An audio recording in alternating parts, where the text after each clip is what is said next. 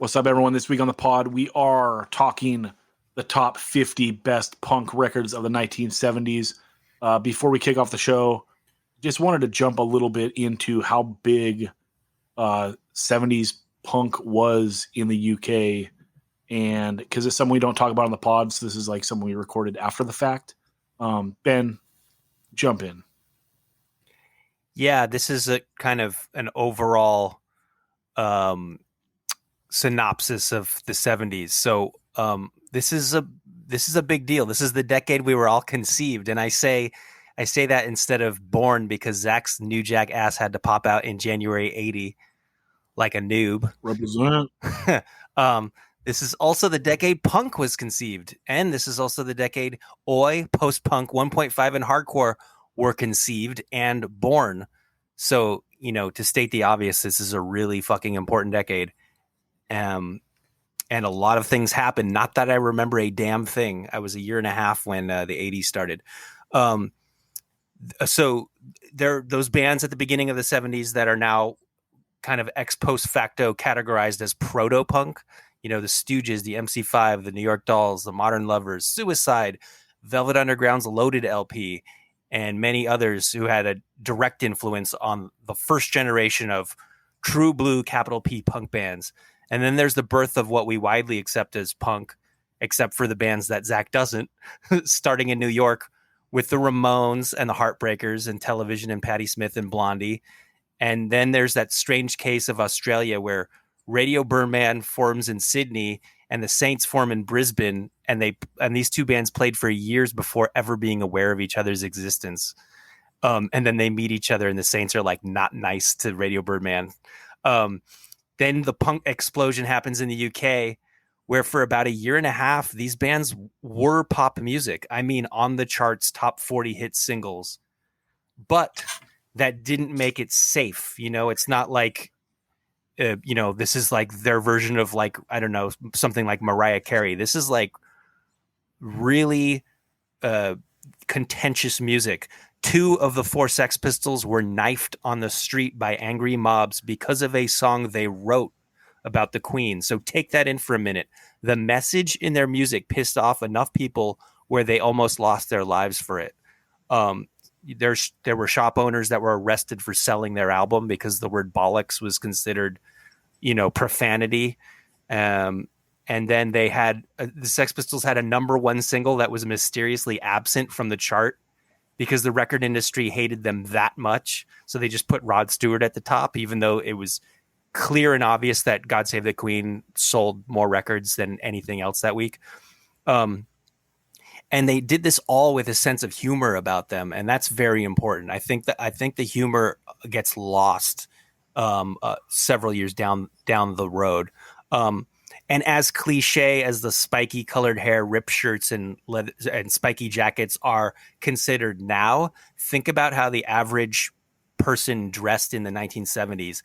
The Sex Pistols look like space aliens compared to, your bell-bottom, silk-shirted hippie holdover type. And so on top of all that, they just wrote amazing songs, and they showed the rest of the world that you can do whatever you want and you don't need permission for anything. And I've been listening to them a lot lately, and there's this great line in the song EMI just before the bridge where Johnny Rotten says, "We are ruled by none." And then he goes, "Ever, ever, ever." And it's like, to this day, that's so inspiring to me. Just the idea that, no one can push you around or have control over your life.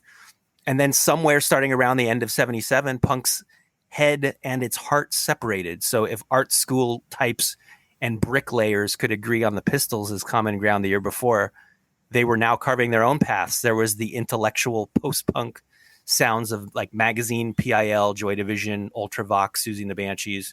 And then on the other end of the spectrum, you have Sham 69 and the Cockney Rejects in the UK, establishing working class centric oi music. And then the North American phenomenon of 1.5 being born during that brief period between 77 and 79, when Danger House Records from Los Angeles was putting out, all-time classic singles by the Avengers, X, Dills, and the Weirdos. So you have hyper aggressive bands from this in between generation, like DOA, the Canadian Subhumans, Dead Kennedys, Black Flag, Rhino 39, and F Word, and the consumers like pushing music into a different direction that eventually evolves into hardcore. And then you have the middle class skipping that step entirely and going straight into million mile an hour music, but also with a strangely arty edge. So all of this, every single thing I just mentioned, happens before January 1st, 1980. So, here's to true rebellion, like the kid in school who feels isolated and alienated and feels like they don't belong, discovering never mind the bollocks and feeling like they aren't alone in this world because, there are other freaks and rejects just like them. And I guess that's my love letter to the 1970s punk rock world.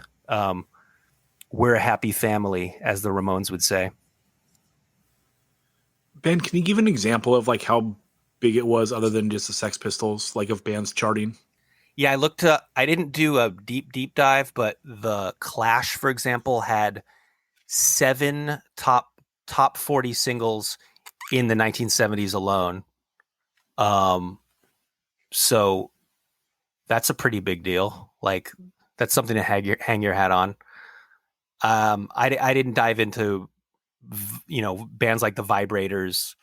There was I don't know the term they used. It wasn't alternative, but something analogous to an alternative rock chart, and that was completely full of punk music.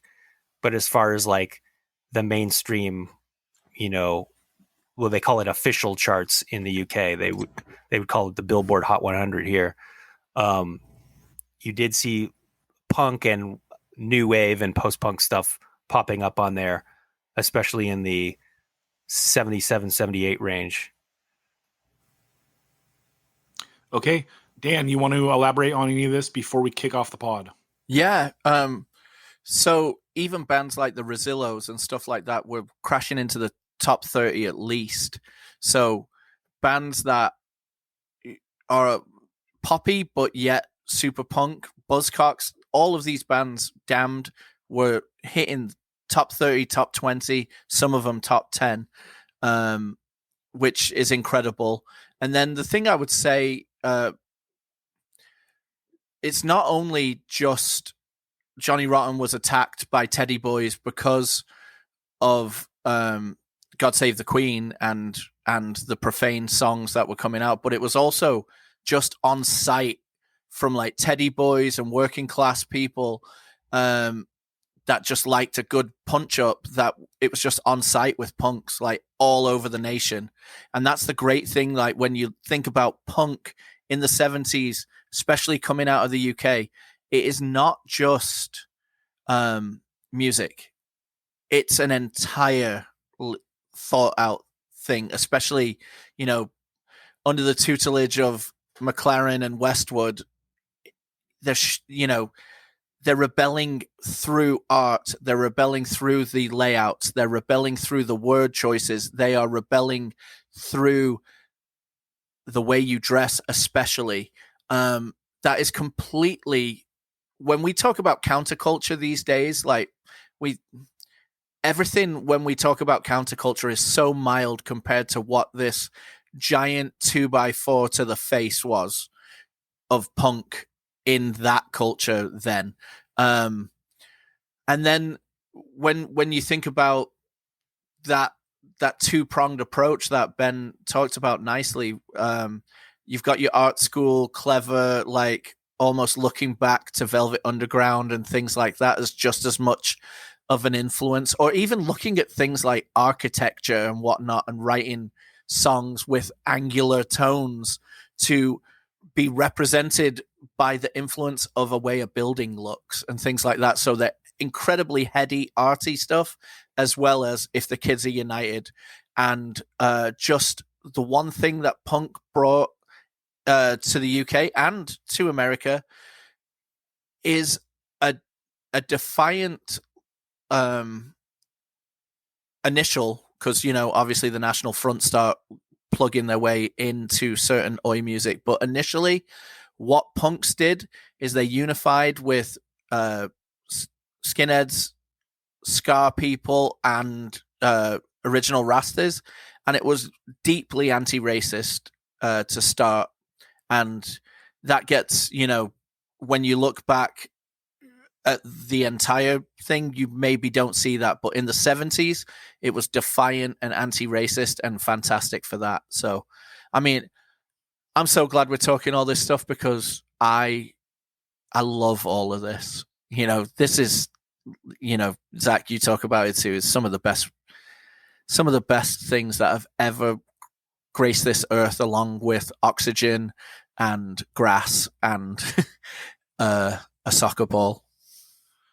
Yeah, and Dan talking about the anti-racism, we got to always say, circling back to original principles of this podcast, no such thing as too many anti-racist songs, no such thing as too many unity songs. This stuff is great. Check out the playlist on 185milessouth.com because this thing bangs. I've listened to this so many times since we put this all together. And let's get on with the pod. 185milessouth.com. Smash that Patreon button.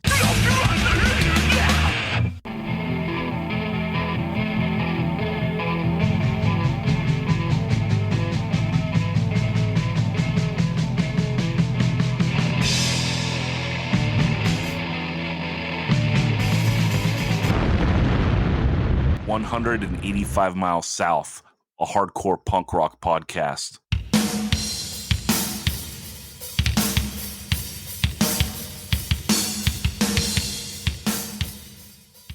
I'm taking it back to the old school cause I'm an old fool. I'm taking it back to the old school cause I'm an old fool. Yo, what's up, motherfuckers? Old school. Old School Spotlight. What's up, everyone? This week on the pod, we are going way, way back. Dan and Ben got their way. We're talking 1970s punk. We're ranking the top 50 records of the 70s. Helping out, you know him, you love him. It's the best dressed man on the pod. It is Daniel Sant. What's up, Dan? You spurn my natural emotions. You make me feel like dirt, and I'm hurt. Also helping out, it is Ben Merlis, a.k.a. Ben Edge, a.k.a. Bedge. What's up, Ben? Anarchy in the UK. What's going on? All right. So, because the 70s is mostly 76 to 79, we cut this list in half. We didn't do the top 100. We did the top 50. I think that's fair. And the rules are the same as the other ones. You guys can go check out the list. It is on the website. Jesus. Are you being served? Hold on. Let me fuck, that's gonna fuck up someone's ears. I might need to edit that out. Okay, anyway. Are you free? Oh my god. Anyway, so everyone can go to the website 185milessouth@gmail.com, click that top 100 link, and check out the list. Also, if you want to send in a list, 185milessouth@gmail.com. I will put it on the website. Yeah, this was fun to do. The rules are the same as the previous ones. Like, if you vote a number one, this time it gets 50 points. If you vote number two, this time it gets 49 points. If you vote us on the number 50, it gets 1 point. Then we combined our three lists, our three individual lists, and there are bonus points assigned for consensus. So, if two people voted on something, it got an extra 10 points. If three people voted on something, it got an extra 15 points. So consensus matters, and it's pretty sick. Let's jump into the full list, or we'll jump into the top 20. But I just want to say it's pretty interesting that at least number 1 through 15, all three of us voted on it. So that's pretty cool. I'm happy with the list overall. Let's go to Ben for let's do this countdown. You can do number 20 through number 11, Ben. Number 20, Avengers 12-inch EP. Number 19, Heartbreakers LAMF LP. Number 18, Undertones self-titled LP. Number 17, Wire Pink Flag LP. Number 16, The Only Ones, Another Girl, Another Planet single. Number 15, Menace GLC single. Number 14, The Stooges Raw Power LP. Actually, Iggy and the Stooges. Number 13, Dead Boys, Young, Loud, and Snotty LP. Number 12, Sham 69, Tell Us the Truth LP. And number 11, Stiff Little Fingers, Inflammable Material LP. Dan, give us the top 10. All right, coming in at number 10, Germs, The Circle LP. Number 9, Buzzcocks, Singles Going Steady. Number 8, The Jam, In the City LP. Number 6, The Clash, London Calling, double LP. Number 7, oh, that's right. 6 and 7 are transposed on this list for some reason. Yeah, so fix that. I don't know who is who, which got ranked where. But next, No, well, we can get into it, but it's because they tied, and then we'll talk about why I ranked it. So it is Weirdos 7, Clash 6.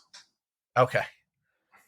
So Weirdos, we got the Neutron Bomb EP coming in at 6.5. Number 5, Black Flag, Nervous Breakdown. Number 4, Sex Pistols, Never Mind the Bollocks, Here's the Sex Pistols. Number 3, Misfits, Bullet EP. Number 2, The Damned, Machine Gun Etiquette LP. And coming in at number 1, Ramones, self-titled LP, 1976. Hey ho. Yeah, looking at this list overall, again, I'm really happy with it. I think that it came out better than I thought, but I think that when you're talking about older music, there is more consensus. It makes sense. All our top stuff was kind of similar. There's a couple things on this top 20 that I had never heard before. I had never heard the Undertones, and I'd never heard the Only Ones. I really liked the Only Ones record. I thought it was great. The Undertones, I did not like at all. It was a little too bubblegummy for me, but you guys both ranked it really high, so that's cool. Dan, looking at the overall list, do you have any takeaways? Yeah, I think this is, absolutely incredible. I think I would love to have anything in this top 20, like just playing. If someone said, "Hey, I'm throwing this on," I'd be like, "Fuck yeah." Do you know what I mean? Like on all of it. I'm a little bummed Pink Flag by Wire is down not in the top 10, but that's where the consensus works for you or against you, Yeah, I agree. Like that might be a little low ranked. That's my fault. I didn't use it. I don't particularly enjoy that album.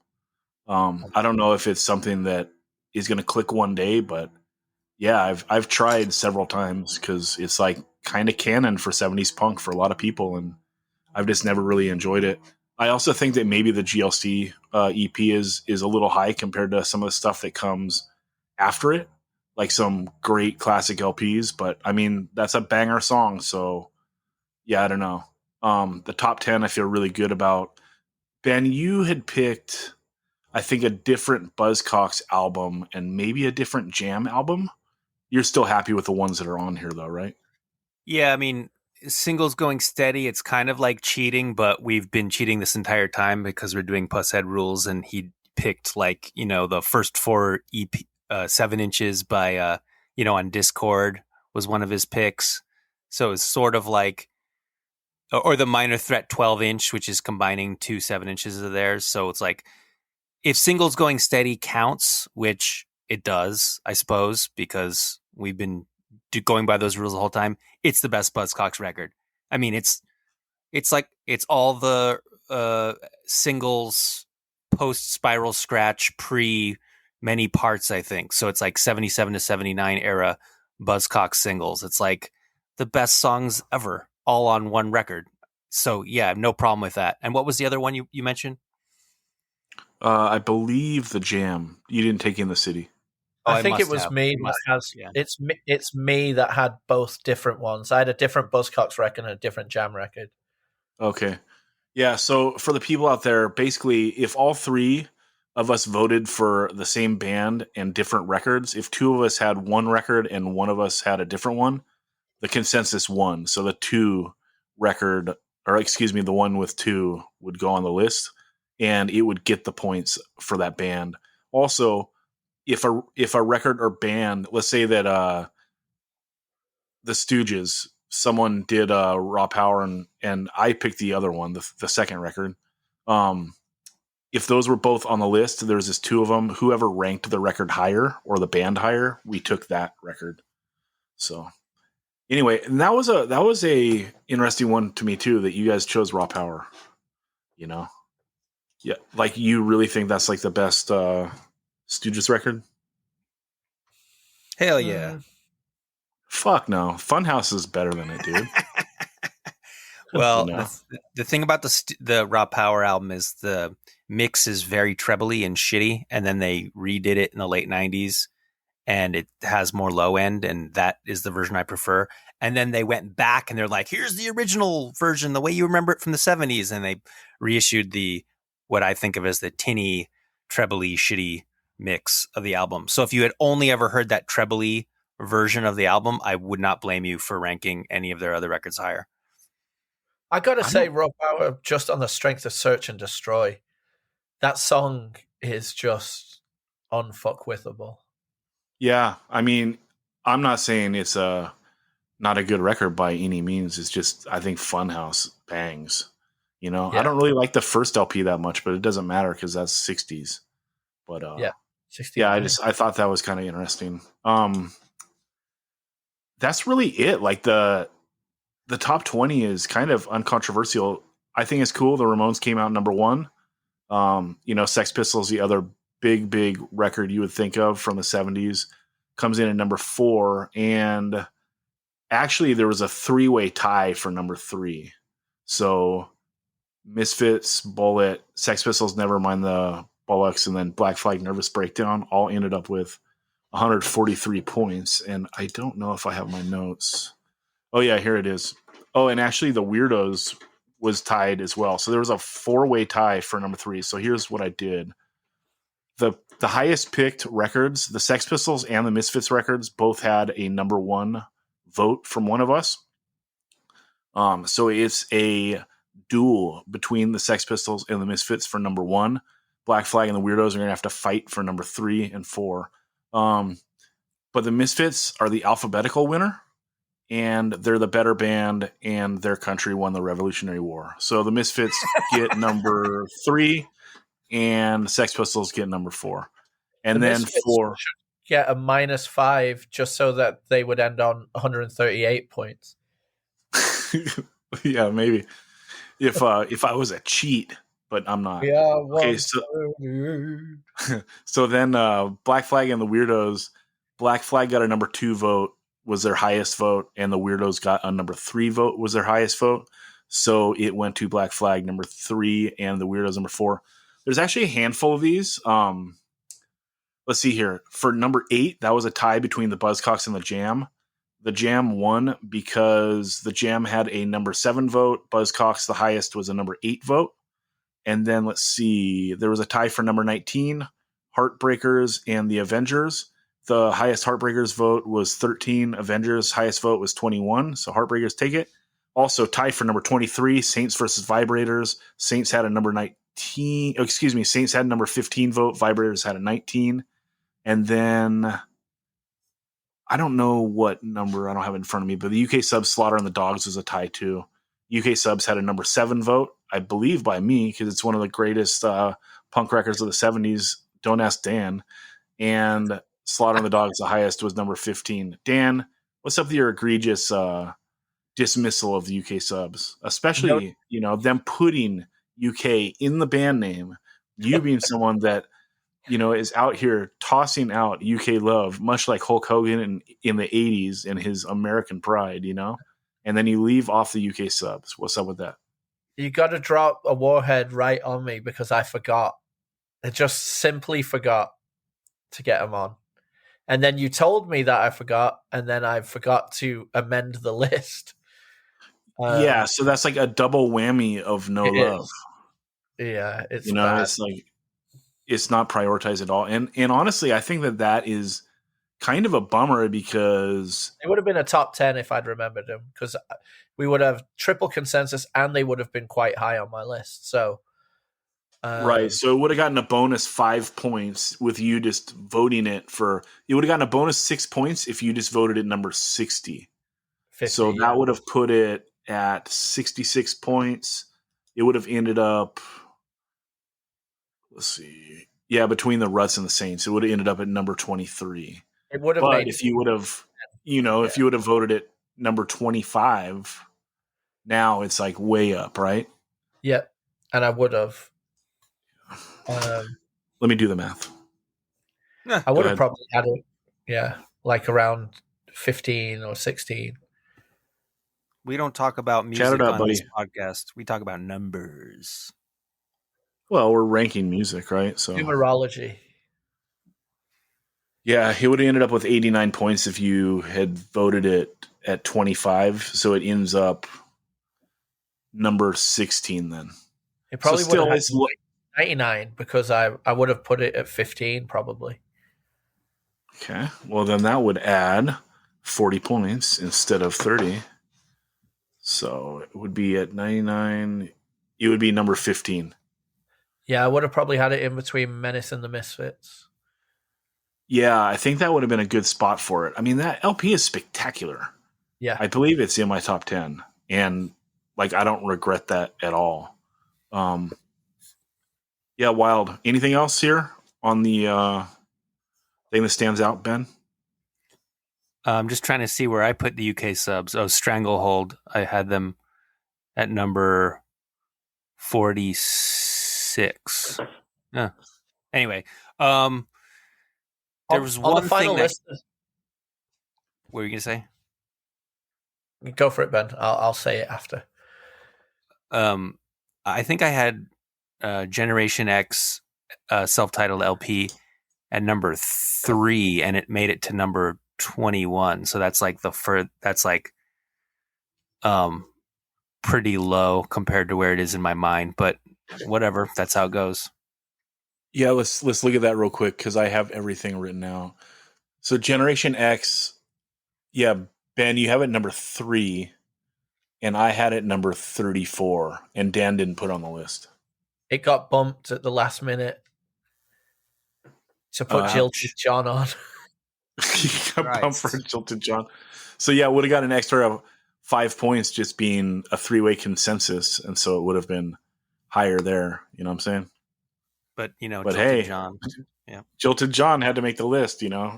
Ben's third favorite record getting low rated for some 70s trolling. I'm not going to shed a tear. It got jilted. It got jilted. And in terms of amount that I listen to these records, it's number 1 for me. Really? Right. Generation X. And what do you have 1 and 2? You had Sex Pistols and Ramones? Yep. Sex Pistols number 1, Ramones number 2. The first album by both those bands. Right. Yeah. So, Dan, controversy-wise, Dan line stepped a hell of a lot on this list. Oh, please. Please what, dude? So, Dan, tell everyone what your number 1 punk record of the 70s is. My number 1 punk record of the 1970s is Joy Division, Unknown Pleasures. Yes, it is consistently referred to as post-punk, but I don't choose to live in that world. Well, so's Wire. You live in a Pink bizarre Flag. reality. Pink Flag's on the list. Yeah, That's Wire. post-punk. And that's my number 3. So Dan's just line stepping all over the place. Anyway, the Joy Division was pretty egregious, but because you had selected it number 1, I did another seance. So I got him standing by. Let's go to the ghost of Tim Yohannan and see what he says.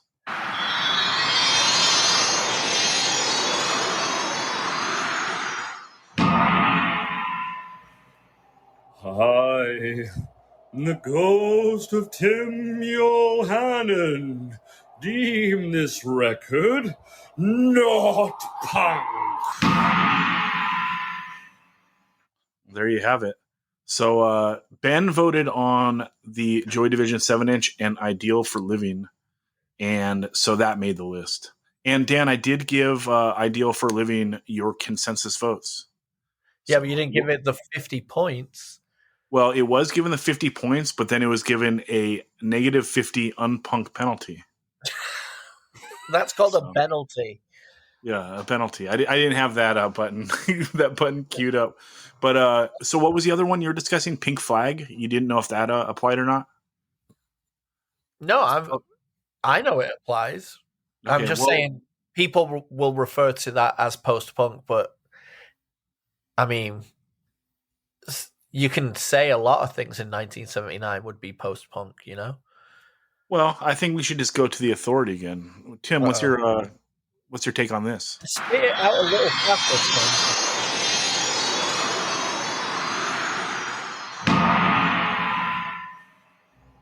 I, the ghost of Tim Johannen. I will allow it. All Thank you, Tim. Pink Flag stays. So well, I gotta say, am I the only one who voted for that record then?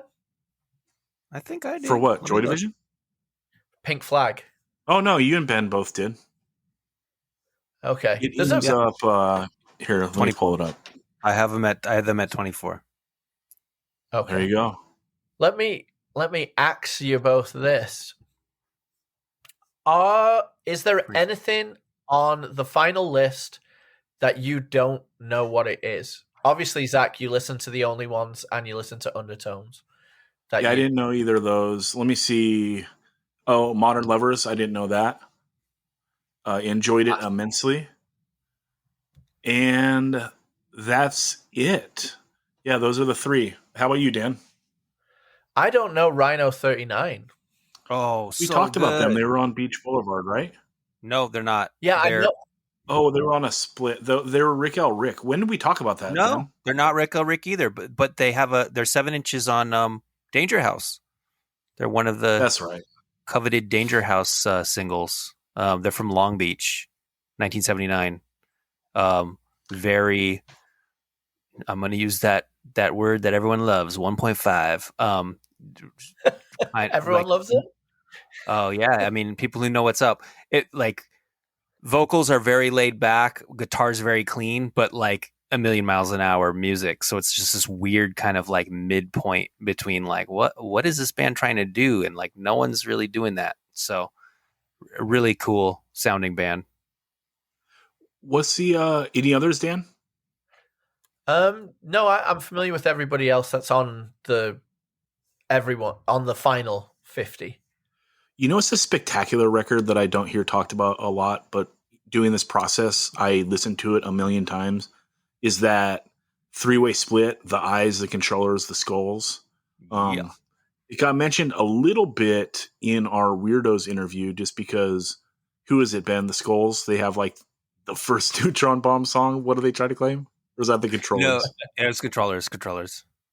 Yeah. They're like, we got the original Neutron Bomb. What's up? But this 7 inch is spectacular. Like all those songs are so good.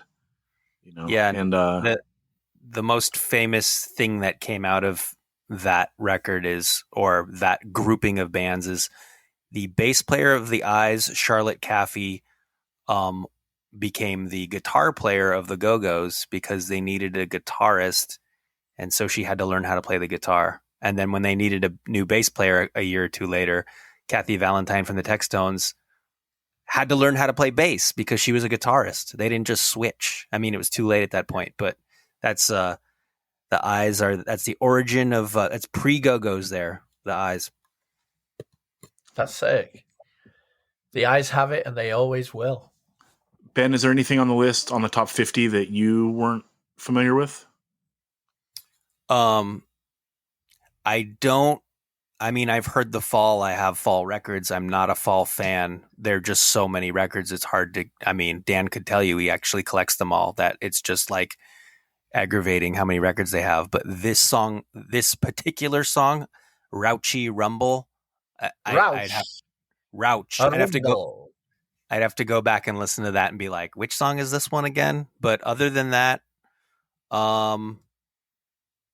Oh, and I had to go back and listen to this pagan song, "Street Where Nobody Lives." Another band I'm familiar with, but like I'm so bad with song titles that if it's not something I listen to all the time, I go back and That must have been really high on your list, Zach. Dude, that might be my favorite punk song of all time. It's so wild because the guitar is just doing like two notes and the bass player is like kind of leading the riff. It's like the bass player is like walking and he's like doom doo doo doo doo doo doo doo doo doo doo doo doo doo doo doo doo doo doo. So it's not like a rancidy thing. It's like he's just like walking this scale, and then the guitar is so simple, and then the singer has like, I don't know if it's like Clevo 77, right? But it's just a perfect punk voice, very similar to Stiv Bators, right? Of the Dead Boys, that are both from the same area, same time. I just love it. All their singles are really good. Six and Change is even earlier, and that by many people is considered the classic. Street Where Nobody Lives is my favorite. That, or was this thing called Love? Was it shit called Love? Whatever. But yeah, everyone should check out the Pagans if they aren't familiar. They've put out a couple compilation records that have like all their singles and stuff on them, so it's pretty easy to find. There was like one recently in the last 10 years that's actually a great collection of songs, but one of the worst album covers ever, called Shit Street. So if you ever see that in the used bin or even new, like grab that one, try to look past the cover. It's pretty terrible. It's just like a picture of a street sign. It looks very generic, terrible, like 1990s CD art, But yeah, spectacular. I had that ranked my number 5. So it got 46 points. Yeah, I was going to say it's pretty high up for a single pick. I was thinking, no regrets, dude.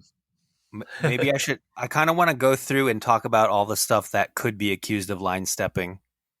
Because there are a few more things. Okay, on the actual list? On the final list. Yeah, the master list. Okay, so what do you consider line stepping? We can shoot it off to Tim. And by the way, I'm totally fine with all of this stuff being here. Like, I'm just saying other people might be like, it doesn't count, but I'm not one of those people. But here's what people might say. The only ones is like power pop or too poppy. It's not punk enough.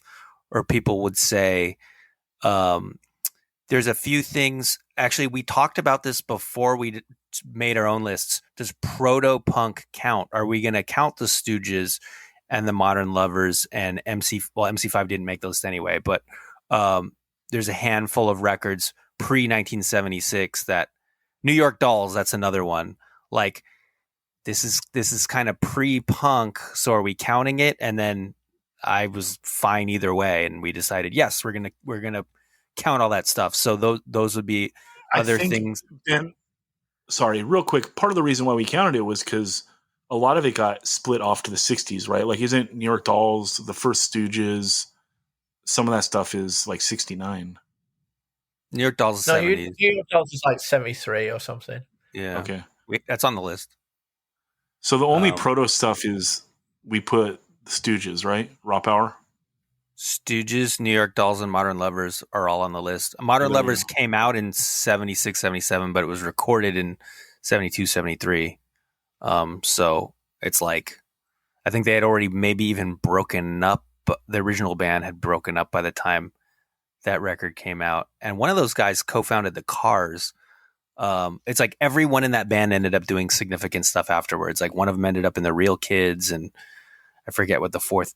One of them ended up in the Talking Heads, and then Jonathan Richman had a solo career of his own. Pretty interesting band.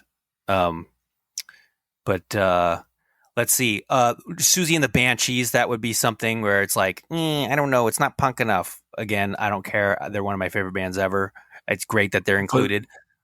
But that EP is pretty punk. I listened to it. You know, with like that year, I wouldn't consider the catalog all punk, but that record's pretty punk. Yeah, and then another one that great record. And another one that I've heard the argument that they're not punk, but musically I think you're insane if you don't think it sounds punk, is that the Jam in the City, because they're very much like, we're trying to look like the Who, and we're going for this 60s aesthetic, but like they sure sound like a punk band to me, at least this first record or even the second one. So no argument Not the there. fifth one for Damn Nope. in the 80s. Oh yeah, no, not that one. No, I'm serious. It does not sound like a punk record to me. And then one of the other ones that people would say that's post punk would be Public Image Limited. But that is like that's the single Public Image. The song is so fucking good. It's like Sex Pistols level good. And if you know me, that's like the tippy top of all music. So I'm totally fine with that being on the list. It's probably on my list. I'd have to go back and look. There were 5 things other than that Joy Division record that got knocked. So let's jump into the controversy of me being a dick. I bounced Magazine Real Life LP. I bounced that Blondie X Offender 7-inch. That thing is bubblegum as fuck. I bounced Gang of 4 Entertainment. I bounced. That's insane. That's insane. Bouncing that, Zach. Right now, you're giving me migraines. I don't know. I mean, I don't think Gang of 4 Entertainment's a punk LP, but hey, I could be wrong. Yeah, it would have gotten, let's see, 31 points. So basically, there was a war on my list. Well, your list was a war on this project, with all that line stepping. No. Yeah, so with 31 points, that record would have ended up number 49. So like none of this is super egregious, and that's the Blondie is the highest one. It would have been number 33, so it would have ended up tied with the Kids' self-titled LP for number 48. So really, nothing that gnarly gets bounced. The Suicide Dream Baby Dream got bounced, and Reckless Eric Whole Wide World 7-inch got bounced. That's a bummer. Yeah, so 6. Bummer. Here's an irony about Suicide. They're the first band, I believe, who self-identified as punk rock. Like they would write it on their flyers in like 1971, punk rock band. So, but they don't count. What were they identifying as in 1979? They were so over punk by 79 then, huh? No, they're the most punk because they opened for the Clash in Glasgow, and someone threw a fucking axe at them while they played, and they carried on playing, and they were thrown like, because obviously the music doesn't line up exactly like the Clash. It's it's got an electronic feel to it. It's got it's key based, not guitar based. And this is a great argument for them, Dan. Hey, it's punk as fuck. They were playing all those places and taking on the punks. That's as punk as it gets. So, yeah, that's that. We can wrap it up. 31 minutes. Ben, let's go to you for a breakdown of the regions and so forth. Well, I have before we do that, I have a little thing to bring up. So this is 1970s, right? There are 4 records on here, and arguably one could be argued as the beginning of it. But there are 4 records on here that are hardcore, We've Which got 4? Misfits Bullet, Black Flag Nervous Breakdown, and then we've got Dead Kennedys California Uber Alles at number 41. And then we've got arguably the song that potentially births hardcore, Middle Class, Out of Vogue, 1978, number 46 on this list. Yeah, that's a good point. Yeah. And also we should say, so a fun fact of the list, Middle Class is the lowest ranked record that all of us voted for. So let's see here. It ended up number 46 it got the consensus of 15 points, but yeah, it got voted number 42 by Ben, number 47 by Dan, and number 45 by your boy. So Well, yeah, it averaged out, and with the bonus points, it got bumped up a little bit. I want to address that though, because a lot of those records you mentioned get retconned as hardcore because of records those same bands did later on. In other words, the Misfits do Earth AD in '83. It's a hardcore record. If they had never done that, or you had never heard that, and you listened to Bullet, would you really think of it as a hardcore record, like Hollywood Babylon? You know what I mean? Same thing with same goes for Dead Kennedy, same goes for Black Flag. The song Bullet is definitely hardcore, and same as the song both California Uber Alles and Nervous Breakdown. They're all hardcore. They're all mid-tempo or mid-tempo up-tempo. So like it could break either way, right? Which is sort of why I straight up. Yeah, it's why I did the whole 1.5 thing, because this argument will never end until there's a category that falls into the middle. Yeah, there's no like fast beat on any of that stuff except for Out of Vogue, and that's kind of like the line of when a band is a hardcore band, I don't know. I think it's bullshit that Reckless Eric got bounced. Well, cry about it. I will. I'm here for it. Keep going. What? Make your argument for Reckless Eric. It's very lo-fi, but it can't be. What would you describe it as other than punk? Like, when it kicks in and it's,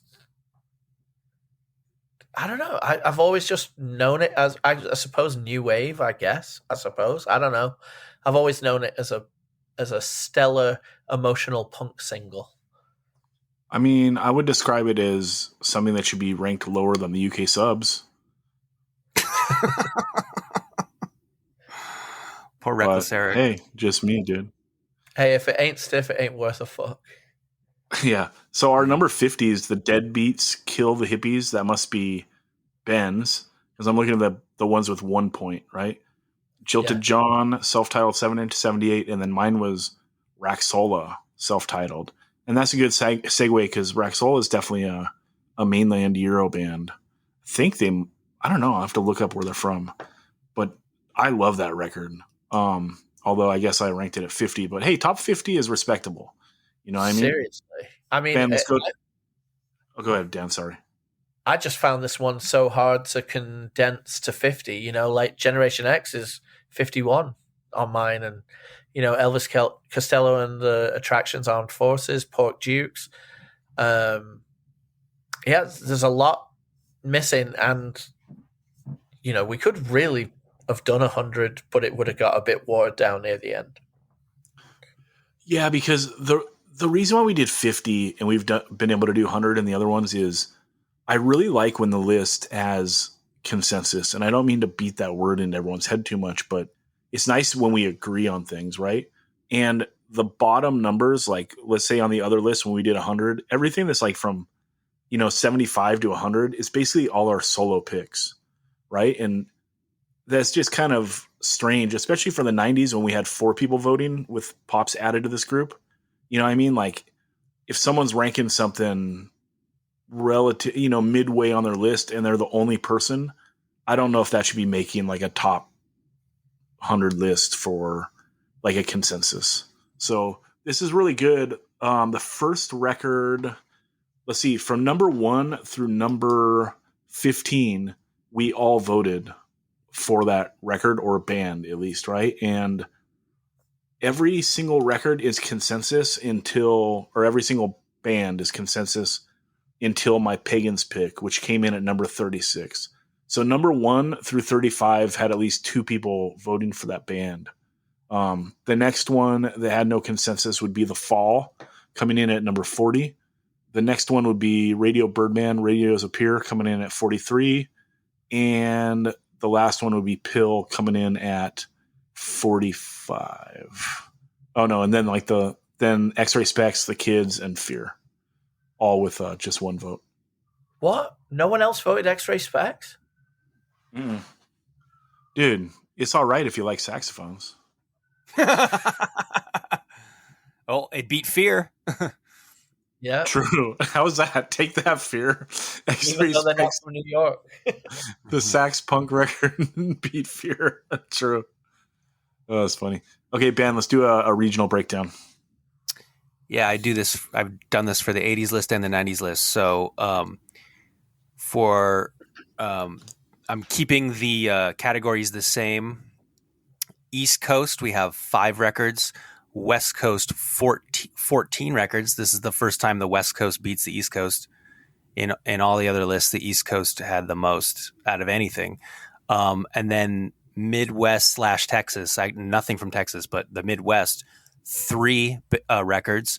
So that means the United States combined has 22 records on our 70s list. Canada, 0. Sorry, DOA. DOA had a lot of singles in the 70s. We didn't pick any of them. Or Canadian Subhumans almost made the list. The UK had 25 records. Continental Europe had 1, which was the Kids from Holland. Japan, 0. Australia, 2, which are the Saints and Radio Birdman. So here's the biggest takeaway from this is the dominance of the UK. More records from the UK than the United States on this list by 3. So in the 70s, for our 70s list, exactly 50% of the records are UK. On our 80s list, 17% of the records are from the UK. And on our 90s master list, 2% of the records are from the UK. So you just see the precipitous decline throughout the decades from this once dominating punk rock force that is the United Kingdom. And I almost could have broken up Northern Ireland and Scotland because there's, well, I don't know how many Scottish records, number 50, the Rosillos, but Northern Ireland, we have Undertones and Stiff Little Fingers and maybe something else. Maybe that's it, though. Anyway, Dan probably has something to say about this. Maybe not. We should just say that like UK does bounce back in the 2000s, though, right? So while like the 90s wasn't the greatest, there's been a lot of good stuff, especially in the last 10 years. Especially in the last 5 years. Bounce back. What? Especially in the last 5 years. But yes, in the last 10 years, definitely. Okay. Dan, The what's last your take? 5 years are within the last 10 years, Ben. But I'm saying, even within the last 10 years, even more recently, it's been very significant. That's what I'm saying. Yeah, I would say this is where a lot of the time the UK is leading in this world. I mean, obviously there are still some absolutely stellar, incredible American records, but I'd say in these like 4 years that we're looking at here, like the imprint and the look and the nature of like punk is really well developed coming out of the UK. And then, like we said, in the 80s, like it's probably running along side by side by the 90s. I would say a lot of UK stuff is looking to America for influence. I mean, the top 10 are split 50-50, right, of UK and America. So that's interesting. Also, like with Ben speaking on mainland Europe, I think all that stuff is my picks. Birdman is me with no one else voting that way. The Kids was me, no one else voting that way. Number 51, Canadian Subhumans. If it would have made the 50, I think I was the only vote on that.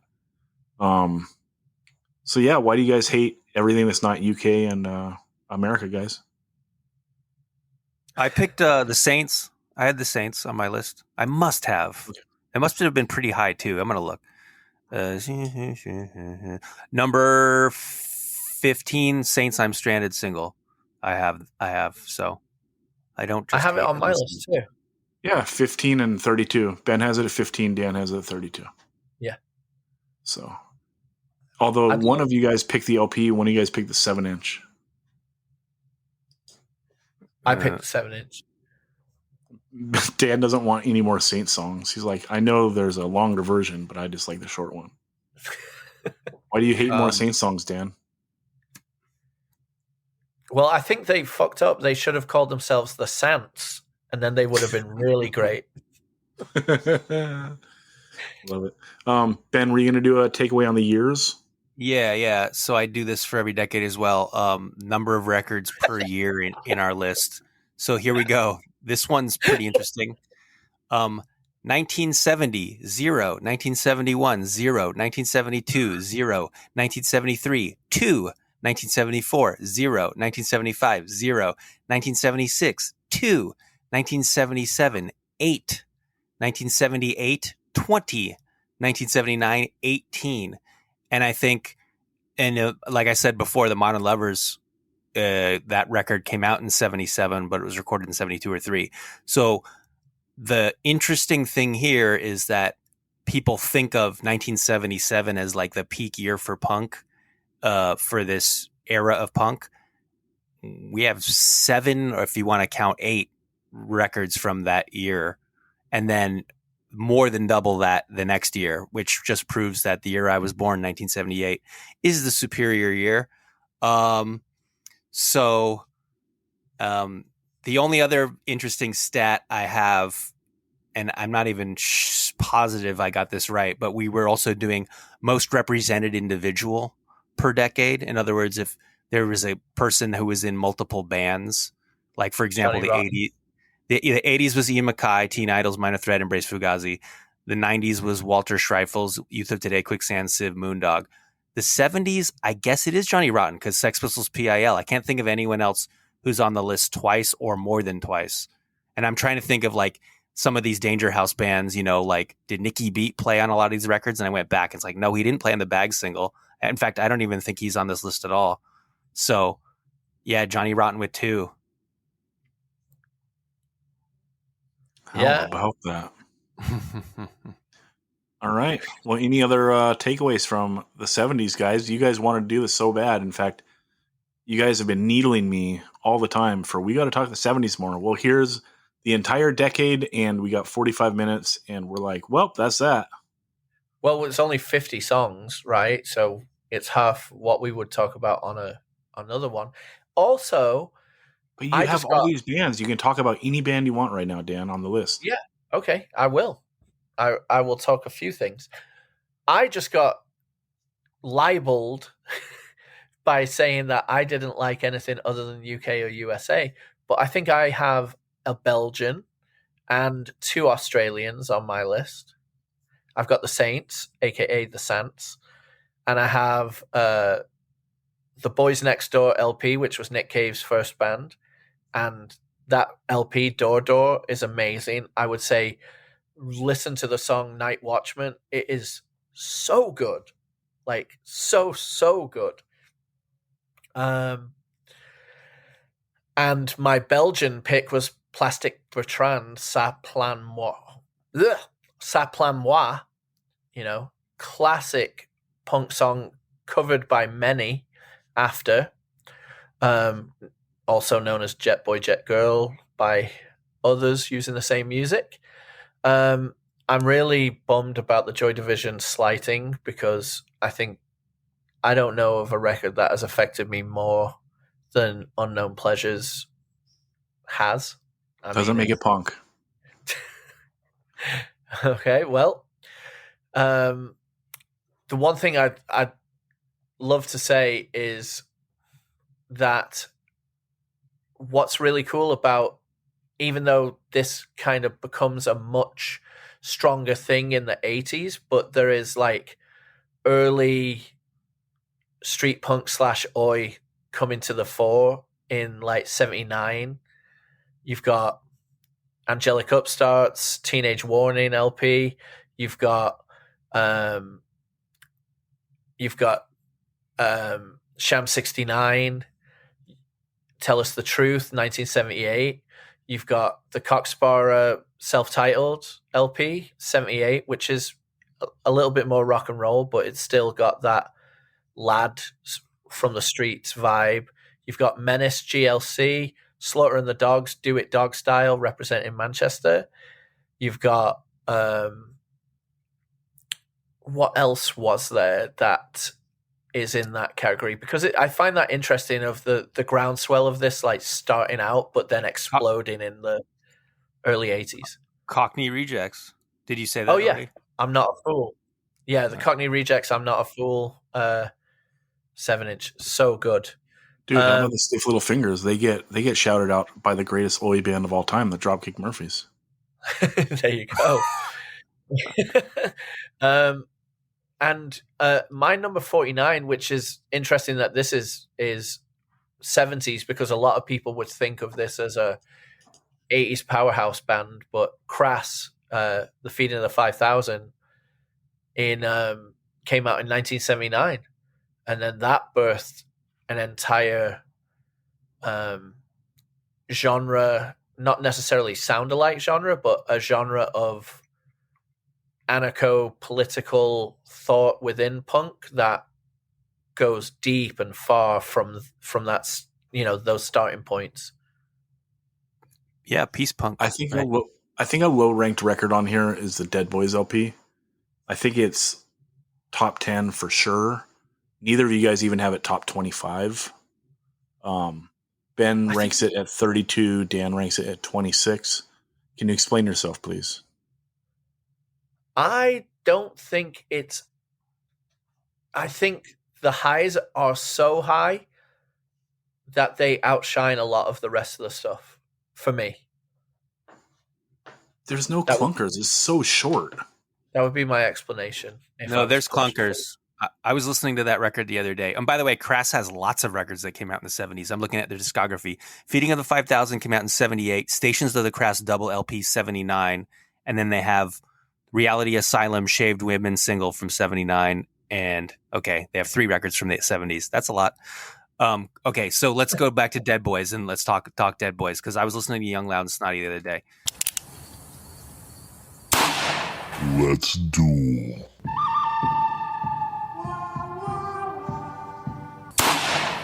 All right, Dead Boys, Young, Loud, and Snotty, 1977. Ben, kick it off. Sonic Reducer. One of the best punk songs ever written, which is so obvious that I feel like I'm wasting everyone's time even saying it. Essentially a rewrite of Iggy and the Stooges' Search and Destroy, but different enough where it doesn't feel stale. This is the Dead Boys song. Awesome flange effect on the drums, ripping solo, mean palm muted down picking, and lyrics about building a bomb? I hope not, unless it's a neutron bomb. Then I'll be 10 feet tall and you'll be nothing at all. 11 out of 10. Dude, this song is so good. I bet Johnny Rotten heard it and like shed a slow tear and was like, I'm going to start a new wave band. You know, this song is so perfect for punk and everyone knows it. But if you haven't, you're in for a surprise. You know, it's like once in a while you come across someone that's like, oh no, man, never seen Shawshank Redemption. And it's like, dude, I wish I was you. I wish I could watch that movie for the first time again, you know? And this song is just absolutely perfect. Can't step to it. All right, Ben, all this and more. Sick intro with 60s style hand claps over a strange Tom Heavy beat. Dead Boys say the name of their own band so much in their lyrics that they should be considered an honorary rap group. This is essentially a love song, a punk rock power ballad without being corny. That is no small feat. The marshmallow has not fallen off the stick. Great song. Yeah. This thing it's the first ballad on the record, but it's so sleazy. And no one does. I'll talk on the next one about my opinion on their ballads, but this is just perfect. Again, first song, like Ben said, 11 out of 10. This is a 10 out of 10. Absolute classic. Ben, What Love Is, song number 3. Second best song on the album after Sonic Reducer. Sick drum fills and doubled vocals with those breaks. I want you to know what love is. It doesn't really get any more rockin' than this. This is a perfect punk rock and roll song. Yeah, this is just a straight up rocker and perfect and so in line with like that late 70s Clevo sound. This sounds like the Pagans also, or the Pagans sound like this. And this style is why I love the Dead Boys so much and why I love the Pagans so much. It's just, again, perfect. They're 3 for 3 on this record so far. Ben, song number 4, Not Anymore. Whatever All This and More had is lacking in this song. It's slow, it drags, it's not working. Stiv is so fragile and vulnerable here. He is building an emotional wall around himself, but I still see the scarred and scared little boy inside. Dude, I completely disagree. This is probably the best punk ballad of all time, other than maybe Can't Put Your Arms Around a Memory. This thing is so ill, and I love it. Also has one of my favorite like punk lead / solos in it. You know, obviously Misfits 138, The Wipers, I Don't Know What I Am, or whatever that song's called, and then this. Like, they're so simple but so perfect. Like, you wouldn't change a note. And yeah, I love this. They're 4 for 4 on this LP. I mean, that's why this is GOAT status for me. Okay, ain't got nothing to do, or ain't nothing to do, Ben. Killer hard rock intro into a full-on rock and roll rager. Dead Boys are the best when they rock. The bridge is ill. I'll beat up the next hippie I see. There is a heaviness in their music. Maybe I'll beat up you. There is a heaviness in their music, and I think a lot of early punk doesn't get the credit it deserves for being heavy just because it's not metal sounding or whatever. Yeah, I think that this is the best song other than Sonic Reducer. In fact, I might like it even more than Sonic Reducer. This is one of the greatest songs of all time. And again, it's just a Dead Boys rocker, but like when it transitions to that other part, when it's like, yeah, maybe I'll beat up the next hippie I see, maybe I'll beat up yo. Like, it's like, fuck, this is just like perfect up tempo rock and roll sleaze. Like, if you loved Appetite for Destruction, if you loved like the first couple Rose Tattoo LPs, like, this is there. This is on that level, you know? And I wish it was regarded that way. Okay, Caught with the Meat in Your Mouth, Ben. Okay, this is sexist even by 1970s punk rock standards. Everything is relative, and relatively speaking, this ranks high on the misogyny-o-meter. Musically, it's another mid-tempo song that is heavily indebted to 50s rock and roll. Pretty average.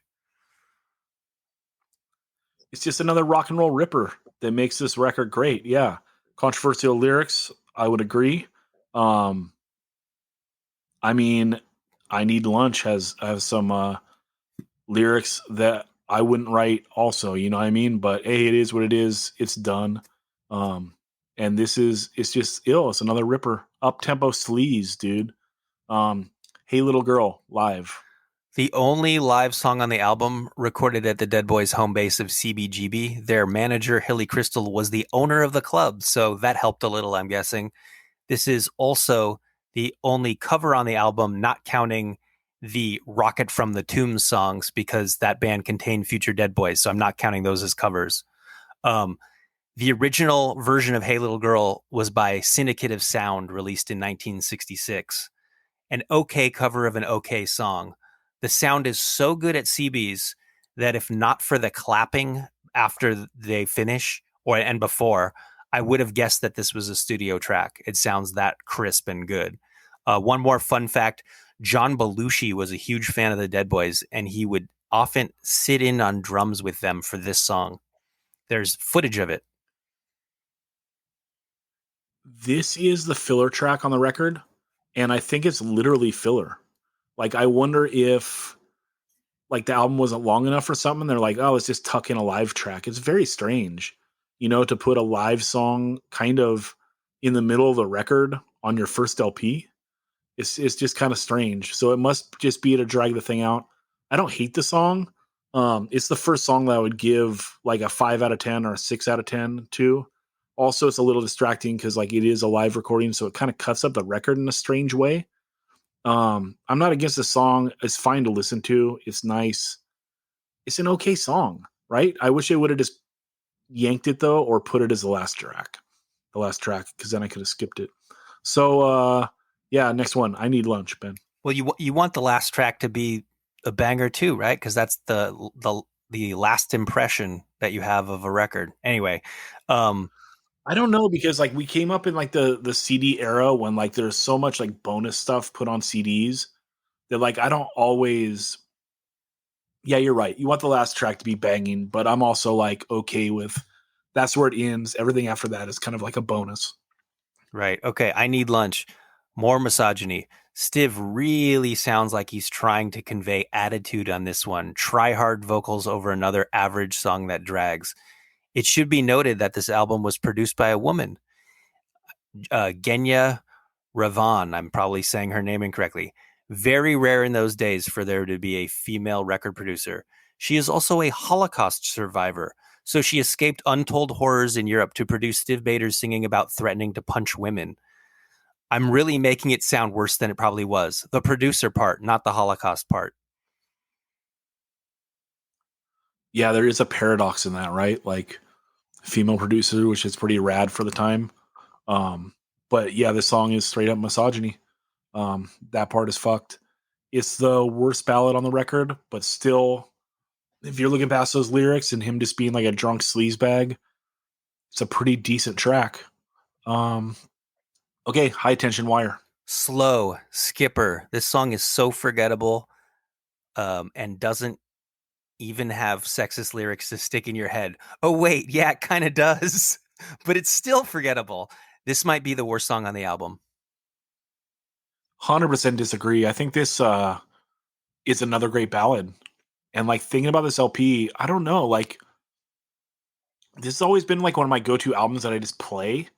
And I guess I never really thought about it. It is like front loaded, but maybe the reason why it's so easy to listen to just over and over as the whole thing and not as like tracks is because like there's actually slow songs on here I like, which is very strange.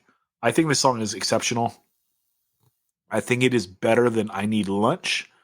It's probably the third best or ballad on the record, and I can't think of another punk record where I'm like, oh, there's 3 or 4 ballads on that record that I like.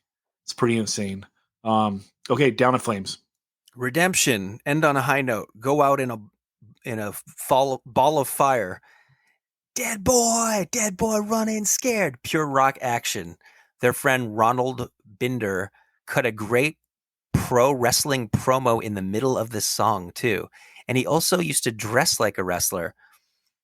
I should know more about him and who he is. He introduces the band the same way on their excellent live DVD, which came out, I think, in the early 2000s. It's them playing live at CBGB in like 1977, and they play every song a little bit faster, which is incredible. But yeah, this song rules. Yeah, it's a great way to end the record because they end with a rocker and then it just totally falls apart. You know, it's an ill way to end. Yeah, so I guess instead of hoping that Hey Little Girl is the last track, I wish it was just straight plucked. It would be this LP is just awesome. I think it's low rated on the list because I think it's a top 10 punk record, and that's that. And Snotty. I just got to pull up the track list because I suck at song titles. Sonic Reducer, fucking incredible. One of the best punk songs ever. You're crazy if you don't think so. What Love Is, so fucking good. But then they do like, they cover Hey Little Girl by the Syndicate of Sound, and it's like, okay, cool. You like the oldies. I do too. I Need Lunch, like, not the best song in the world. High Tension Wire. There's 2 great ballads on the record though.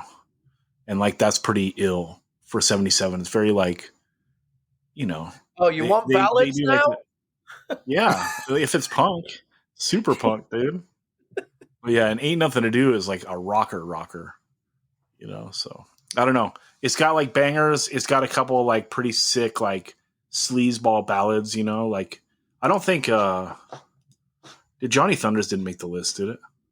Heartbreakers LAMF at number 19. Yeah. Yes, 19. Right. But like You Can't Put Your Heart Around a Memory, that fucking yeah. Can't Put Your Arms Johnny Around Thunders solo. Yeah, So Alone. That didn't make it. No.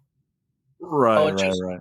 Just in case someone's listening to one of these breakdowns for the first time, we can only choose one band once. So they can't be on there for multiple records. Right. Because otherwise, like, we would have had, 3 Damned records?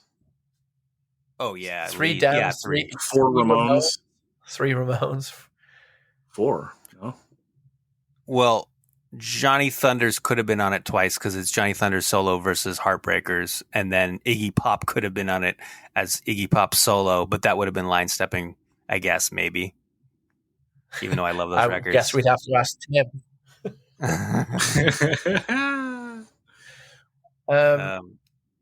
What's something on each other's lists that you were psyched to see, even if it didn't make yours? Lead it off, Dan. Yeah, I'm looking at your list right now. So, Blank Generation, Richard Hell and the Voivoids. I don't like the whole thing as much. That's why it wasn't on mine. But the highs on that are so good, and I'm really glad that it was represented. That's a record where, like, that's Ben's Dead Boys argument. That's got such high highs and such low lows. Yeah, so, definitely. I mean, it's got high highs, but it's got low lows. It's got subterranean lows. Yes, it has dog shit. Yeah. You know a record that I love? I went on a kick, like, for a couple years of, I love all those Killed by Death compilation LPs, and so that kind of, like, fucked up my brain a little bit with this stuff, you know? But number 54... there's a band called Filth, a different band called Filth. Yeah. That song, Don't Hide Your Hate, is like, it's like, you know, Dan, you do a good job of plucking out like 70s singles, you know, that you think are hot enough to make lists with like one song. Yeah. That song is so good. That Don't Hide Your Hate song. So yeah, I need to listen to that because A, I love the other Filth, as you know, and B, like, for you to equate it to the things that, like, for example, on my list, I've got, you know, a few just singles where the one song is just so good that I had it in my list, like Spitfire Boys, British Refugee. That 7-inch is so good. So it makes me want to listen to that song. And I think you've sent it to me in the past, but I think it got lost in the shuffle. I'm bummed the Magazine LP got bounced because that song, I should have just put the Magazine Shot by Both Sides 7-inch, and then you would have listened to that and go, okay, that can stay. But maybe the whole LP was just a step too far, a line step too far.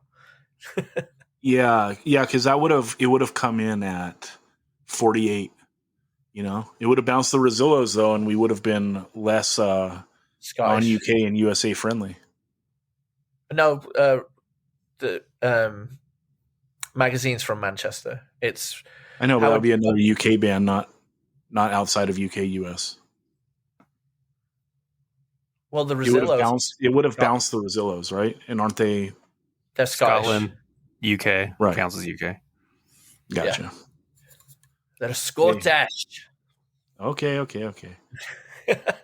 All right, Ben. Anything that you were stoked on showing up? On the master list or on other people's lists? I don't know. Dan proposed a question. Either or. If there's things that you saw pop up on Zach or my list that you were like, oh, sick, I forgot, I didn't think about that, or I'm glad to see that was represented at least. Yeah, Dan, on your list you had I Want to Be Free by the Rings, which that was a band that this guy oh God, what was his name? Think Pink with Twink. He was in fucking Pink Fairies. He was at, like, this is pre-punk, kind of like from that whole scene that Hawkwind and Lemmy came out of. But anyway, when the punk thing happened in like 77, he did this band, The Rings, and this is one of the first, I don't know, 15 or 20 punk records I ever heard. And then I completely forgot. It was recorded onto a mixtape by my dad's friend, and I forgot about it for decades. And then, like, probably maybe 10 years ago, it came up again on one of these, you know, back in the mega upload era. And I'm like, oh yeah, that song. Because I actually had forgotten that the name of the band was The Rings, but I knew the song in my head the entire time. That was cool to see that on your list. It was also cool to see The Nerves, who I think of as, I guess they're kind of like one of the ultimate power pop bands. But again, I don't give a shit, whatever. Like, if I knew that would have counted, I would have put them on my list too, because that Nerves record is amazing. They're an LA band. Peter Case and Paul Collins and Jack Lee came out of that band. It was a 3-person band, and every person in the band was like an A+ level songwriter. Like Jack Lee wrote the song "Hanging on the Telephone," which Blondie covered, and he wrote another song just for Blondie. And then Peter Case ended up forming the Plimsouls. And then who was the last guy I mentioned? Well, the other guy started the beat. Paul Collins. Paul Collins started the beat, and it's like the beat from LA. That's why the English beat is called the English beat here, because there was a beat from LA. But like, that's sort of like the great LA power pop family tree. And then let's see, I'm going to go to Zach's list and give him some love here. Zach had a lot of stuff I had never heard before. Like, I had never heard fucking Raxola or Belgium. Yeah, never heard them before. Hollywood Squares is there was a compilation of LA punk that came out on like Soul Jazz Records maybe like 4 years ago, and like Hollywood Squares was the only band on it where I'm like, I don't even know who this is. So that's another like Killed by Death band. Yeah, that's when I first became aware of that. And then as far as great stuff that didn't make it onto the main list, that might be it. Most of your stuff made it on the main list. PF Commando is another one where I had to go back and listen to that. It's a very recognizable album cover. Like, I'm sure you've seen that album cover. I see it all the time. Really? You know? Yeah. Now you'll see it all the time. Now that you're like used to hearing the name. Dude, did you know that in 2017 the Dead Boys re-recorded Young, Loud, and Snotty? With Cheetah Chrome singing? I don't know. It says that he played on it, him and Johnny Blitz. They reformed the Dead Boys with a new lineup and re-recorded Young, Loud, and Snotty. It's called Still Snotty, Young, Loud, and Snotty at 40. Ugh. They have a singer now. They have like a younger guy doing the Stiv Bators thing. Younger meaning, you know, less than 68 or whatever, however old Stiv Bators would be if he were still alive. You know what's ill, dude, is there's a Poison Idea record. It's them and Jeff Dahl, and they do all this, like a bunch of Stiv Bator songs, and they do that. What is it? Lords of the New Church, his band after. Yep. They do that song "Open Your Eyes," and oh my god, Poison Idea doing that song is like one of the greatest things ever. Unfortunately, it's not on streaming and it's not on vinyl, so I think it only came out on CD. So Ben, handle business. It can be like your little Poison Idea love there in a little note. I love how you're about it. You're working Poison Idea covering a record from the 80s into our 70s. No, it's fine. Well, I'm just trying to harp on that Young, Loud, and Snotty is totally underrated. It's a top 10 punk record. Yeah, I mean, I'm just not mad at any of this. It's all, so much of this is just like canon shit. Like, it trips me out. Like, what's the most like beloved 70s punk band where you're just like, I don't get it. I don't like this. Like, I mean, everyone's got them, right? So let's go around in the circle and share. What would it be for me? You, Jack? Number 16, the only ones I'd never heard before, and then but you loved them. Wire Pink Flag is always been a record that missed me. I talked on that, and then also 16 through 18, like, because that Undertones LP I really did not enjoy. I thought it was just so bubblegum, the vocals and the backups. Like, I don't know, it was like listening to a little more down tempo Dickies. You know, like Dickies is very bubblegum, but like at least they're like up tempo and seem kind of zany. There's something to them. And the Undertones was just like, oh, it's just like bubblegum radio. I don't know. What's your take? Teenage Kicks is their first single, and it's the famous radio personality John Peel's favorite song ever. So he played the shit out of it for decades. But if you listen to Teenage Kicks, what?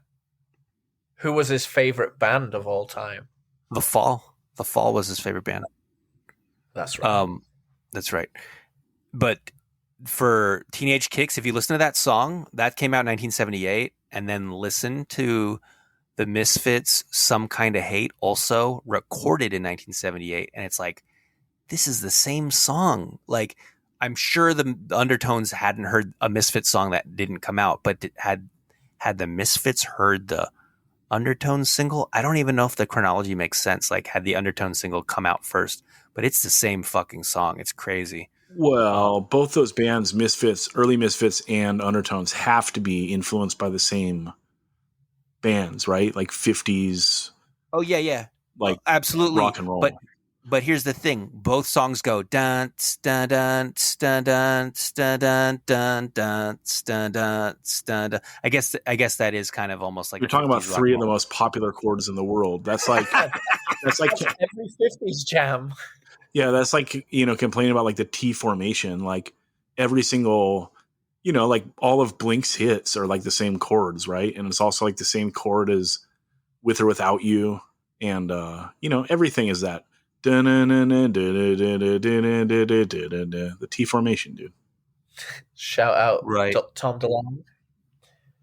Here, two other songs that made our master list that are the same are The Only Ones, Another Girl, Another Planet, and The Vibrators, Whips and Furs. They both go do do do do do do do do do do. So I think both from the same year as well. Vibrators maybe a little earlier, maybe not though.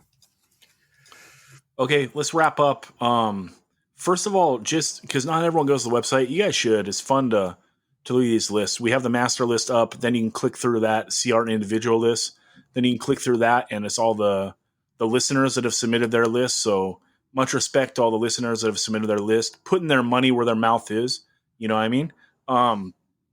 Let's each go through and just say our top 5, right?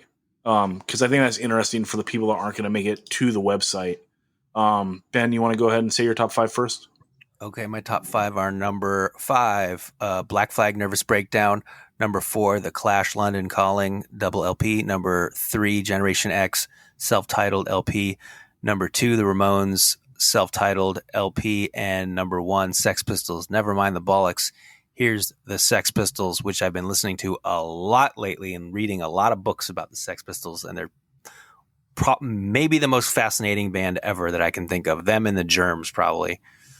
That's my list. Shout out to Ben for not trolling this decade. Dan, your top 5. Number 5, Sex Pistols, Nevermind the Bollocks. Number 4, The Damned, Machine Gun Etiquette. Number 3, Wire, Pink Flag. Number 2, The Clash, London Calling. And number 1, The Pride of Manchester, Joy Division, Unknown Pleasures. All right. Let's see. My number 5 is The Pagan Street Where Nobody Lives EP. Number 4, Dead Boys, Young, Loud, and Snotty. Number 3, The Weirdos, We Got the Neutron Bomb. Number 2, Black Flag, Nervous Breakdown EP. And number 1, the greatest punk record of the 70s. It's Misfits, The Bullet EP. Good God, melt your face. You know what I mean? Like, I listen to a lot of this stuff. Like, let's listen to like Generation X, right? It's a good record. It sounds nice. I like to have it on. But like, compare that to Bullet, and it's like, holy fuck, Bullet is so much gnarlier, but like, yeah, it maintains melody. It's just wild to me. It's like, it's almost different worlds. Like, they are bodying Generation X and a bunch of this other stuff. Although Generation X makes my list. I'm not egregious like Dan. Generation X comes in at number 34, right where it should. Also just want to say, for the 70s and the 80s, I think the band that got boned the hardest was the Wipers. Because Dan and I both thought that their first LP was 79. I put their third LP on my 80s list, but I think I had it at like in the mid 30s or 40s. And then Ben and Dan both didn't have the the Wipers on their list at all. And then we found out like their first LP was 1980 after we'd put the list out. So in the 70s, I put their 7-inch Better Off Dead in at 36, but part of that was like, just like guilt of not having them on the 80s list. I do enjoy the 7-inch, but as far as their spectacular material, it's the 80s. So maybe I high ranked that 7-inch a little bit for the 70s, but I don't know. Just a spectacular band that I feel bad didn't make the list. Dan, is there anything like that stands out to you? Yeah, I think that with the Wipers, like the fact that we thought the first LP was 70s, so it was left off the 80s because it would have ranked it would have been a triple consensus high in the 80s, Ben, would you have voted for that in the 80s? Did I vote for it in the 80s? I guess I didn't. No. Yeah, you didn't, I don't think. So yeah, maybe we all got it wrong. Sorry, Dan. Yeah, no, I just thought that's the thing. What I would urge is the listeners to go to the website and look at all three of our individual 50s, because there's going to be a few things on there that you definitely haven't heard of. I'm not trying to big ourselves up. It's just there are things on each other's list that we hadn't heard of. So there are going to be a few things, and all you have to do is like cut and paste off there and throw it in YouTube and just check it out. Because a lot of these things aren't. Some of these EPs are not going to be on the on Spotify or anything like that. So like my highest ranked one that a lot of people might not know is the Licks 1970s were made in Hong Kong. If you haven't heard that, like check that out. It's so good. And I know Zach's got, like that Filth one or the Lewd Kill Yourself. And then Ben's got stuff on his list that like I had never heard Rhino 39, and that's really high on Ben's. So there are things that I'm going to do that same thing with, but this is why we do these kind of exercises. A, because we love just talking about stuff, and ranking stuff is really fun, and it gives Zach a chance to cyberbully us. But what I'll say is like the best thing about this stuff, because it was all based on Pusshead's list, which turned so many of us onto records we never would have checked out without this. This is kind of why we love doing this too, because there's a chance that, like, for example, on Ben's list, randoms, A, B, C, D, Let's Get Rid of New York. I don't know that, so I will be checking that out. I think doing this is so fun, and I hope, maybe 10 to 15 people who listen to this pod a lot will dive into some of these songs that they haven't heard and really find something that they love.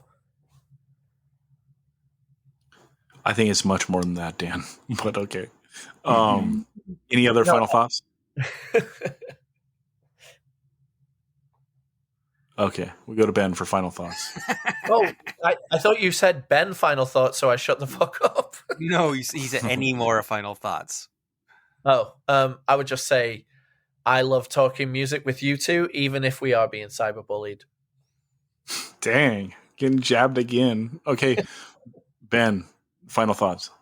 Some of these records, it's like close. Like the Damned. Do you go Machine Gun Etiquette? Do you go Damn Damn Damned? Have we ever done a head to head with those two records? Maybe we have. We've done so many episodes. Because we don't talk the 70s that much because we're a hardcore punk rock podcast. Okay. So like generally we talk like the baseline is the 80s, although we dip a little bit into the 70s, right? But here, a whole episode on the 70s. We could have talked that tonight, Ben, but you guys didn't. Well, that's why I'm bringing it up. I'm bringing it up because to me, like everyone unanimously agrees that the Damned have a Sophomore Slump album, which is music for pleasure. But that first album and that third album are so fucking perfect, and really in different ways that it's like it's hard to pick which one is better. I think I picked Machine Gun Etiquette maybe because it's just so advanced sounding. It's like so impressive that a band that came from the punk scene where you're supposed to like air quotes not know how to play made something so like so light years ahead of most like rock bands who do air quotes know how to play. So maybe I gave that the edge because the Damn is like a simple punk record, but very effective. One of the best records ever made by anybody. Another band that it's really close between the first and third album is The Clash, with the self-titled album and London Calling. I think I gave London Calling the edge because it's for the same reason, really, that I gave Machine Gun Etiquette the edge. It's like, oh my God, a punk band made this like masterpiece, even though it's not particularly punk sounding, most of it. It's like, it's got the spirit and it's like, kind of like, it's just an amazing accomplishment. They're kind of like the best rock band ever. And I'm trying to think of other records where it's like it could have gone either way for me. I guess we did talk Stooges. I'm going down the list here. Everything else is pretty clear cut for me, I think. That's my lot. That's what I got. New York Dolls, no contest. The first album's better than the second. Yeah, I think that Stooges, you can make the argument it's a toss-up. Those two Damned records, completely, very hard to choose. Also, I think that like the first handful of Ramones records are a lot closer than people give them credit for. Like, I think if you took the second or the third, I would not be upset over taking the first one. But yeah, I agree with that. Yep. Although, yeah, I like everything. Like looking at this list, I feel the best about this compared to the 80s and the 90s. And we might attempt the 2000s, but god damn, that's dangerous. Yeah, because then we're starting to judge each other. You know what I mean? Yeah, but maybe no Runner 7-inch, dude. Top 25. That's low round. That's low. Yeah.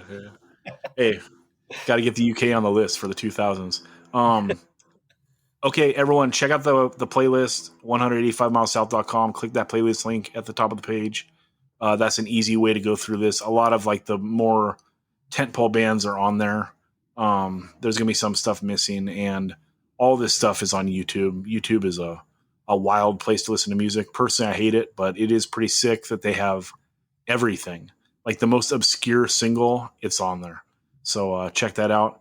And yeah, we love talking music. Send your lists, 185milessouth@gmail.com if you want us to put your list on the website. Dan, where can people find you? Crying in the corner, listening to Reckless Eric. Also on Instagram at Southport Instagrammer. Ben, where can people find you? The people can find me on Instagram at Cold Chillin' Book, and you can also find me on Spotify, Ben Merlis. I have a playlist that I created about a month ago called 1976, Every Punk Record. So I just found every record that is punk or could possibly be construed as punk that came out in 1976, put them all on a playlist for your enjoyment.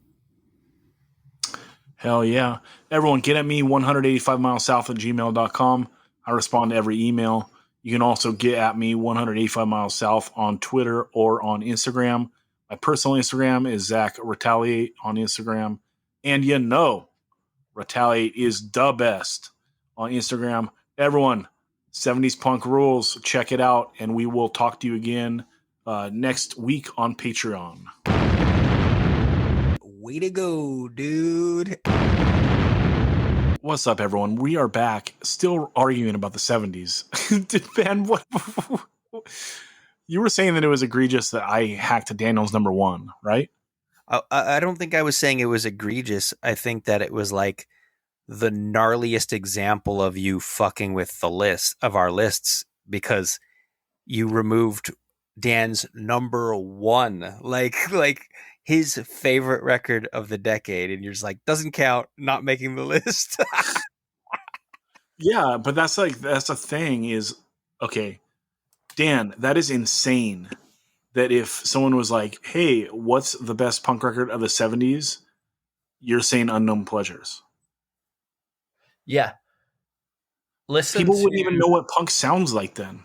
listen to the song Disorder, listen to the song Shadow Play, listen to the song Interzone.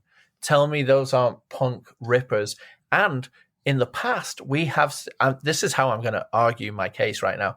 In the past, we have said certain like tens go ahead and win. Like, okay, Nervous Breakdown is on side A, and then there are 3 other songs on side B that are nowhere near, or that are amazing songs, but nowhere near as good as Nervous Breakdown. Well, I'm using the same argument that there are some absolute punk, absolute gems on Unknown Pleasures, and that it should count, even if there is post-punk depression on there as well.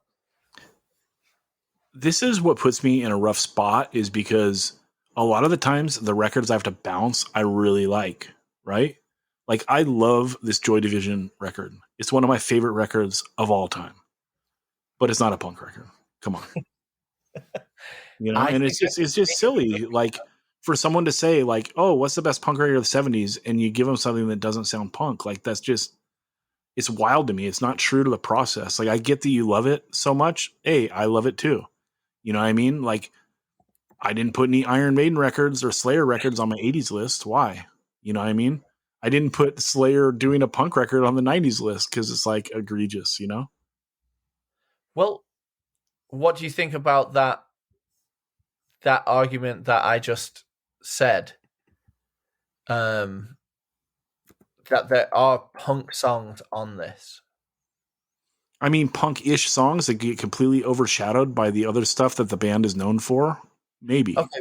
What I think the best song on the LP for me is Disorder, and that is definitely a punk song. Cool. So what's the punk ratio on the record, Dan? Okay, let's go for it. Disorder, definitely punk. Candidate, post-punk. New Dawn Fades, post-punk. Shadow Play, punk. Interzone, punk. Day of the Lords, post-punk. Insight, post-punk. She's Lost Control, 1.5.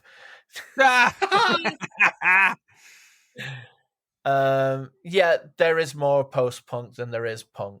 But, you know, it sounds like you're saying there's like 30% punk.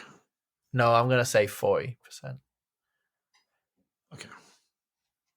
Yeah, I mean, I really, if I didn't want, I mean, if I wanted to ensure its place, I could have done the Warsaw side of things even before Ideal for Living, because that is truly punk and it's still got the same element of vibe. So didn't come out in the 70s. Didn't come out in the 70s though, right? It was recorded in 78, but didn't come out until like way later, I thought. Maybe I'm wrong. Let's see. Yeah, I think so too. But the 7-inch that did make the list is 100% punk. Yeah, An Ideal for Living. And it only got my consent. It only got my like consensus points, not my 50 points. I could have been a dick and not given it those bonus 5, dude. Well, I'm surprised you didn't. The 7-inch kicks ass. I wanted to be there. I mean, it's in my top 75.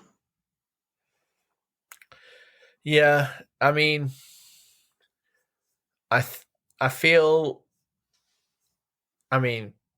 like the majority of the listenership would agree with you. I don't think they would agree with your full-blown fascist dictatorship of kicking people's things out, but I think they would agree with you pointing it out as being maybe problematic to the process.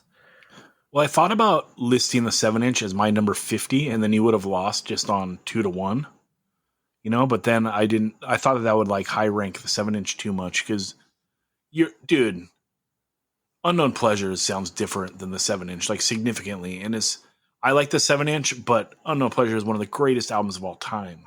You know what I mean? So I don't know if allotting the 50 points to the 7-inch would have been fair. You're right. You know, it was hard to figure out how to do that. The reason Unknown Pleasures sounds the way it does is because of the producer Martin Hannett a lot more than the band themselves. And so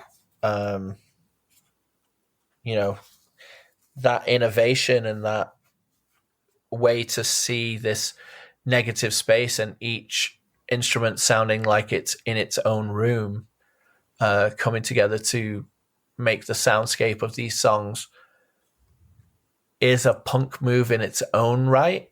Because, you know, it's doing something in the face of, I mean, it's innovative, but it's also strongly punk in the manner that it's done, but it doesn't sound punk like to the typical. Only to the elevated ear of Sir Daniel Sant. No. I mean to the alignment of the typical punk sound is what you I'm saying. common folk out there will never be able to hear the Not punkness in it. typical people.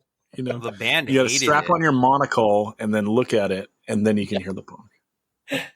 The band hated it. All right. They hated what he did to them, and then they went and they made their second album with him too, and they listened to that and they're like, it sounds like fucking Genesis. He made us sound like Genesis, and it's like, why did you use the same guy you hated the first time? It's like, fool me once, shame on me. Fool me twice. Wait, never mind. I said it wrong. No, they hated it for the first 6 months, you know, and then they realized why it was legendary. So they went back to him because of that. Like, I don't think they hated Closer. And then Stone Roses made a record with him, and they hated it too, which I like. Well, hell yeah. Just had to bring it back because we started arguing off the air, and I was like, let's just hit the record button, right? I mean, we actually believe this stuff. We're not playing characters on the air. We're actually getting mad, like, off air. So, hey, shout out to everyone again. Smash that Patreon button. We love you all.